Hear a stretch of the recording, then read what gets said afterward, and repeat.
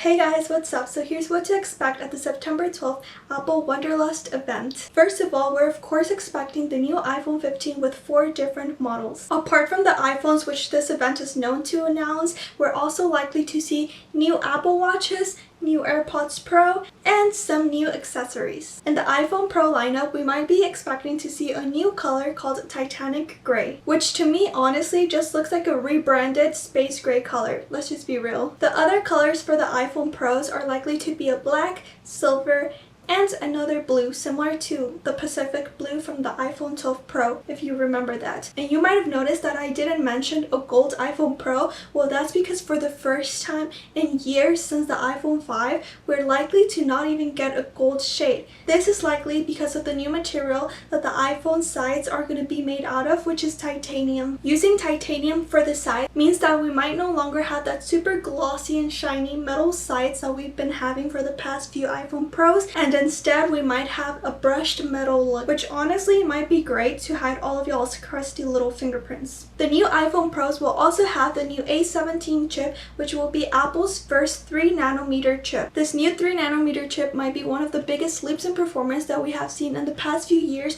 for iPhones. The new iPhone 15 Pro Max will also be the only iPhone model that's going to be receiving a new periscope camera that can now zoom up to 6x compared to its previous 3x camera. This just means you can zoom in even closer, but still not as close as you can with the Samsung Galaxy phones. Moving to the iPhone 15 and the iPhone 15 Plus, we will be switching from a 12 megapixel camera to a 48 megapixel camera, which will be a huge change to the cameras. These are the same 48 megapixel sensors that we had in last year's Pro-only models. Another cool change that will be passed down from last year's Pro models is going to be the iconic dynamic island redesign. So we can finally say goodbye to our lovely peninsulas.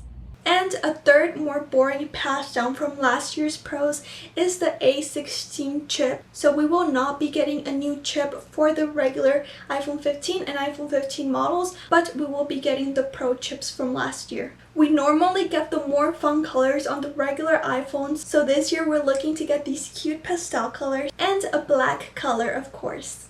Now, two big changes that we're likely to see on all iPhone models are going to be the new action button and the switch to USB-C from Lightning. The action button is going to be replacing the old mute switch on top of the volume keys. This new action button is to be customizable, so you can set it to do whatever you want, such as opening up your camera quicker. Next, the probably most talked about switch to all iPhones this year is going to be the switch to USB-C from Lightning. These iPhones should come with the USB-C cables that are rumored to be braided, which personally I really like because I found that braided cables tend to be more flexible and just last longer. Not only are the new cables going to be USB-C and braided, but they're also rumored to come in new colors that match whatever iPhone you decide to buy, which should be exciting. If it's true that we do get these new braided and colored USB-C cables, then I can already see them being received very well. Although the new USB-C cables should come with all iPhone boxes, it might still be an annoying inconvenience to previous iPhone users, since you might still need to purchase new charging blocks that have USB-C instead of USB-A. Lastly, in the iPhone category, we're likely to see a new accessory, which is a fine woven case that should be replacing the current iPhone leather cases. And of course, the release date for iOS 17. So even if you're not upgrading your phone this year, you still can get all the new iOS 17 features.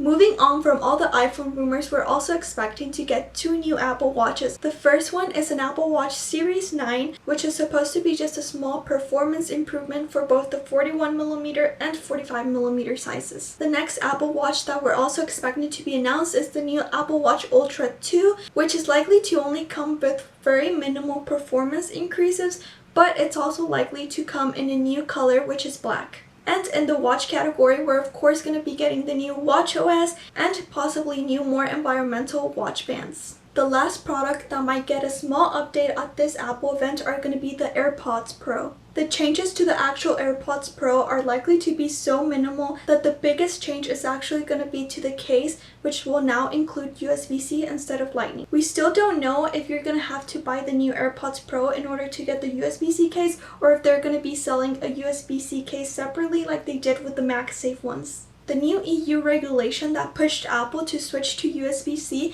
actually doesn't just affect phones. It also includes most consumer electronic products such as these.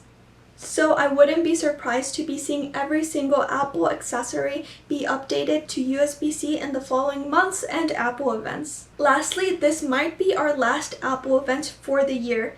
If this is the case, then we could possibly expect a release date for iPadOS and macOS, unless they decide to do a small press release later in the fall. But anyways, that's all the rumors I have so far for this year's Apple September event. So be sure to watch the event next Tuesday, which is going to be so exciting.